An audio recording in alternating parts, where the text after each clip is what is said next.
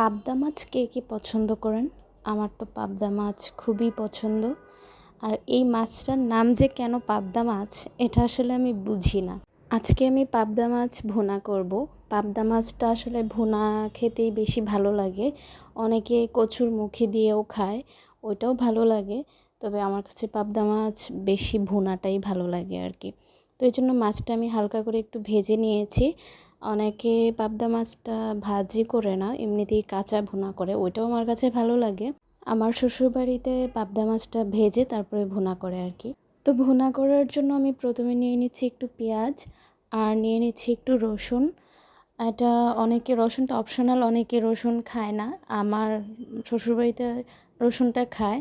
আর দিয়ে দিচ্ছি একটু আদা, দিয়ে দিচ্ছি একটু হলুদ গুঁড়ো, আর দিয়ে দেব একটু ধনিয়া, জিরে গুঁড়ো, মরিচ দিয়ে দেব পরিমাণ মতো, যে যতটুকু ঝাল, আর দিয়ে দিব লবণ পরিমাণ মতো। তো সবগুলা মশলা আমি একসাথে একটু কষিয়ে নেব মশলাটা, কারণ যে কোনো জিনিসই মশলাটা একটু কষিয়ে নিলে এটা রান্নাটা ভালো হয়, খেতে মজা হয়। তো মশলাটা দিয়ে একটু পানি দিচ্ছি মশলাটা কষানোর জন্য।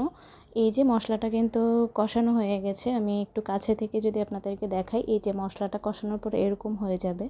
এরকম হয়ে গেলে কিংবা তেল যখন ছেড়ে দিবে তখনই বুঝতে হবে যে মশলাটা কষানো হয়ে গেছে ভালো করে। এখন আমি কষানো মশলাটাতে একটু পানি দিয়ে দিব ঝোল করার জন্য আর কি, কারণ পাবদা মাছটা তো ঝোল ঝোল হবে, বোনাটা একদম শুকনা হবে না, একটু ঝোল থাকবে। আর দিয়ে দিচ্ছি এখন পাবদা মাছগুলো। এখন ভালো করে জাল হয়ে এলে তারপর যখন মাছটা একটু মানে পানিটা ছেড়ে দিবে, মানে পানিটা বোঝা যাবে যে একটু মাছের গায়ে লাগে না কিংবা আঠা আঠা হয়ে গেছে ঝোলটা, তখনই বুঝে নিতে হবে যে মাছটা হয়ে গেছে। আর একটু ধনেপাতা দিয়ে দিব। ধনেপাতাটা আসলে যারা পছন্দ করে দিবে, আর যারা খায় না ওর না দিলেও হবে। এই যে পাবদা মাছ ভুনা রেডি।